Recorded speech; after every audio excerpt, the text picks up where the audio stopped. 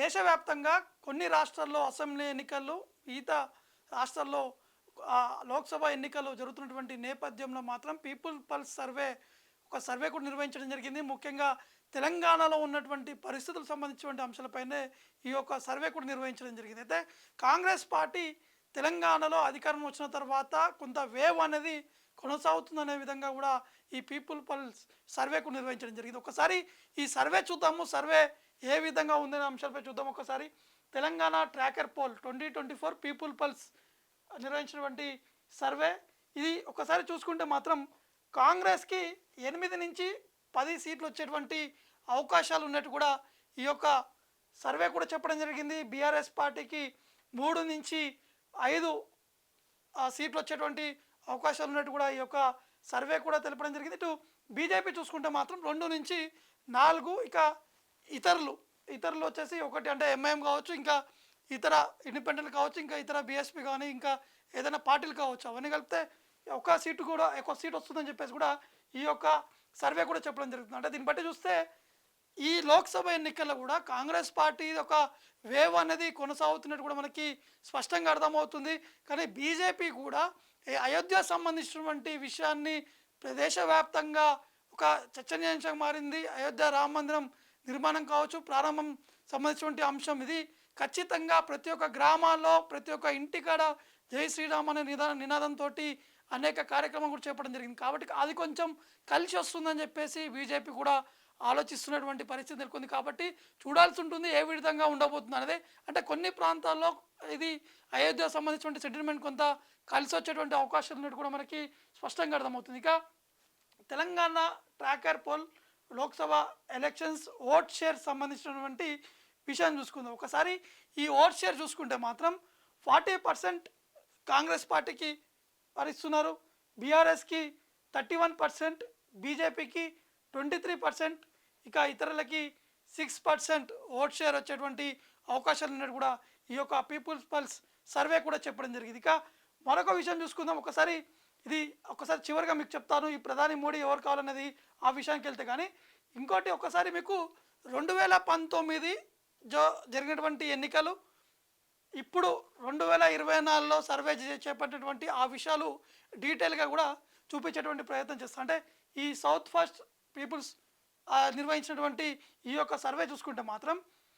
2019 విషయాన్ని చూసుకుంటే కాంగ్రెస్కి 3 సీట్లు రావడం జరిగింది లోక్సభ స్థానాలు. కానీ ఇప్పుడు ఇచ్చినటువంటి సర్వే మాత్రం 8 నుంచి 10 స్థానాలు కాంగ్రెస్ పార్టీకి వచ్చేటువంటి అవకాశాలు ఉన్నట్టు కూడా ఈ యొక్క సర్వే సంస్థ కూడా చెప్పడం జరిగింది. ఇక బీఆర్ఎస్ పార్టీ విషయానికి చూద్దాము. 2019లో బీఆర్ఎస్కి 9 సీట్లు ఉంటే ఇప్పుడు 3 నుంచి 5 సీట్లు ఆ వరకే వచ్చేటువంటి ఛాన్స్ ఉన్నట్టు కూడా తెలుస్తుంది. అంటే 4-5 సీట్లు డౌన్ఫాల్ అయినటువంటి పరిస్థితి ఉన్నట్టు కూడా మనకి స్పష్టంగా ఈ సర్వే ఆధారంగా కూడా కనిపిస్తున్నాయి.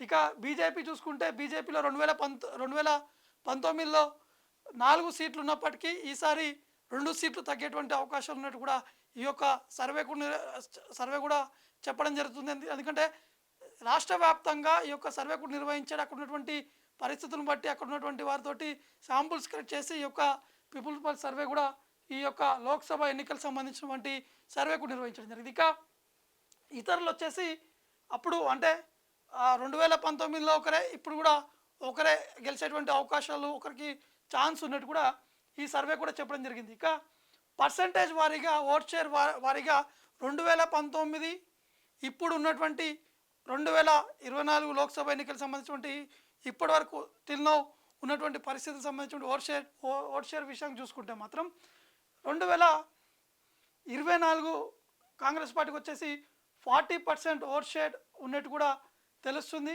అయితే 2023లో అసెంబ్లీ ఎన్నికలకు సంబంధించినటువంటి విషయం అంటే ఇందులో మనకి డీటెయిల్గా అర్థమవుతుంది. ఏంటంటే 2023 మొన్న జరిగినటువంటి అసెంబ్లీ ఎన్నికలు మాత్రం 39.4%. అంటే సేమ్ వేవ్ అనేది తెలంగాణలో ఇంకా కాంగ్రెస్కి ఈ యొక్క వేవ్ కనెక్ట్ అవుతున్నట్టు కూడా తెలుస్తుంది.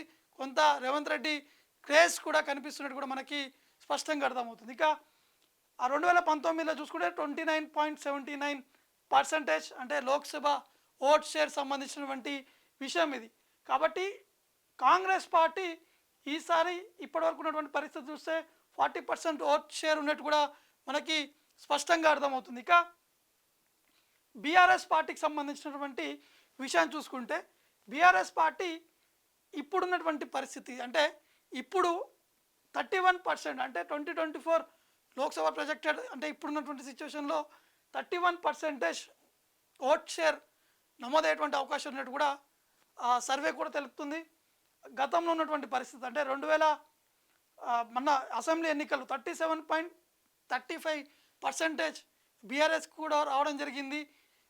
ఇటు 2019లో జరిగినటువంటి లోక్సభ ఎన్నికల ఓట్ షేర్ చూసుకుంటే 41.71. కానీ ఈసారి కాంగ్రెస్ పార్టీకే దాదాపు 1-2% ఎక్కువగానే కాంగ్రెస్ పార్టీకి కనిపిస్తున్నట్టు కూడా తెలుస్తుంది. అంటే రెండింటి చూసుకుంటే అంటే కాంగ్రెస్ పార్టీకి 10-11% డిఫరెన్స్ అనేది ఉంది. అంటే 2019 సంబంధించినటువంటి లోక్సభ రిజల్ట్ ఓట్ షేర్ చూసుకుంటే ఇప్పుడు ఓట్ షేర్ విషయం చూసుకుంటే మాత్రం ఈజీగా 10% ఓట్ షేర్ పెరిగినట్టు కూడా ఈ సర్వే కూడా చెప్పడం జరుగుతుంది. ఇక బీజేపీ సంబంధించినటువంటి విషయం చూసుకుంది అంటే బీజేపీ ఖచ్చితంగా 400 స్థానాల వరకు గెలుపొందాలని చెప్పేసి ప్రధాని మోడీతో పాటు అమిత్ షా అనేక సందర్భాలు చెప్పడం జరిగింది. బీజేపీ నాయకులు కూడా ఆ దిశగా అనేక ప్రయత్నాలు కూడా చేయడం జరుగుతుంది. కాబట్టి ఒకసారి దాని బీజేపీ సంబంధించినటువంటి ఓట్ షేర్ తెలంగాణలో ఏ విధంగా ఉంది అనే అంశాలు చూద్దాం. ఒకసారి బీజేపీకి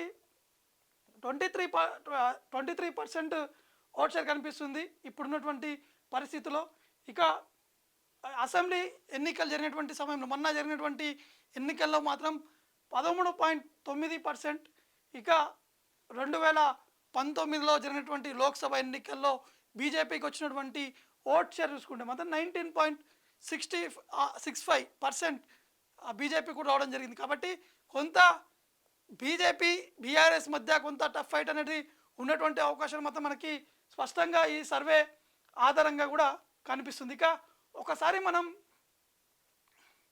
జెండర్ వైజ్ ఓటింగ్ సంబంధించినటువంటి విషయాన్ని చూద్దాం. అంటే జెండర్ వైజ్ మేల్ పర్సంటేజ్ ఏ విధంగా ఉంది, ఫీమేల్ పర్సంటేజ్ ఏ విధంగా ఉంది అనేది డీటెయిల్గా కూడా కనిపిస్తుంది. ఒకసారి మీకు మేల్ కాంగ్రెస్ పర్సంటేజ్ వచ్చేసి 37% కనిపిస్తుంది కాంగ్రెస్కి మేల్ ఓటర్ పర్సంటేజ్ వచ్చేసి. ఇక బీఆర్ఎస్కి వచ్చేసి 31% కనిపిస్తుంది. ఇక బీజేపీకి వచ్చేసి 21% కనిపిస్తుంది. ఇక ఇతరులు వచ్చేసి 11% కూడా ఇతర పార్టీలకి 11% ఓట్ షేర్ ఉన్నట్టు కూడా మనకి స్పష్టంగా కనిపిస్తుంది. ఇక ఫీమేల్ సంబంధించినటువంటి ఓట్ షేర్ ఇప్పుడు ఒకసారి చూసుకుంటే మాత్రం ఫీమేల్ కాంగ్రెస్ వచ్చేసి 42% ఫీమేల్ ఓట్ షేర్ అనేది కనిపిస్తుంది. ఎందుకంటే రీసెంట్గా చూసామంటే ఇది కొంత 6 గ్యారంటీలకు సంబంధించినటువంటి స్కీమ్ ఇంప్లిమెంటేషన్ అవుతుందో అది కాంగ్రెస్ పార్టీకి కలిసి వస్తున్నట్టు కూడా మనకి స్పష్టంగా అర్థమవుతుంది. ఎందుకంటే మహిళలకి సంబంధించినటువంటి పథకాలు ఉచిత బస్ ప్రయాణం కావచ్చు, 2500 రూపాయలు సంబంధించినటువంటి అంశాలు కావచ్చు, గ్యాస్ సంబంధించినటువంటి అంశాలు కావచ్చు, ఏదైతే 6 గ్యారంటీల స్కీమ్ అవుతుందో దాన్ని ఇప్పటికే మెల్లమెల్లగా రాష్ట్రంలో ఉన్నటువంటి కాంగ్రెస్ పార్టీ ప్రభుత్వం కూడా మెల్లమెల్లగా వారు ఇంప్లిమెంట్ చేసుకుంటూ వెళ్తున్నారు. కాబట్టి మహిళల నుంచి ఒక రెస్పాన్స్ అనేది చాలా వరకు ఉన్నట్టు కూడా మనకి స్పష్టంగా అర్థమవుతుంది. మహిళలది 42% ఫీమేల్ ఓట్ షేర్ కూడా ఉన్నట్టు కూడా మనకి కాంగ్రెస్ పార్టీకి ఉన్నట్టు కూడా మనకి తెలుస్తుంది. ఇక బీఆర్ఎస్ పార్టీకి ఫీమేల్ ఓట్ షేర్ వచ్చేసి 30%, బీజేపీకి 25%, ఇతరులకి 3% ఓట్ షేర్ అనేది మనకి స్పష్టంగా కనిపిస్తుంది. కాబట్టి మొత్తానికి కాంగ్రెస్ పార్టీ ఏదైతే ఇచ్చినటువంటి హామీలు నెరవేర్చడంలో కొంత కష్టమైనప్పుడు కూడా ఖచ్చితంగా దాన్ని ఇంప్లిమెంట్ చేసే దిశగా కూడా కాంగ్రెస్ పార్టీ అనేక ప్రయత్నాలు కూడా చేయడం జరుగుతుంది.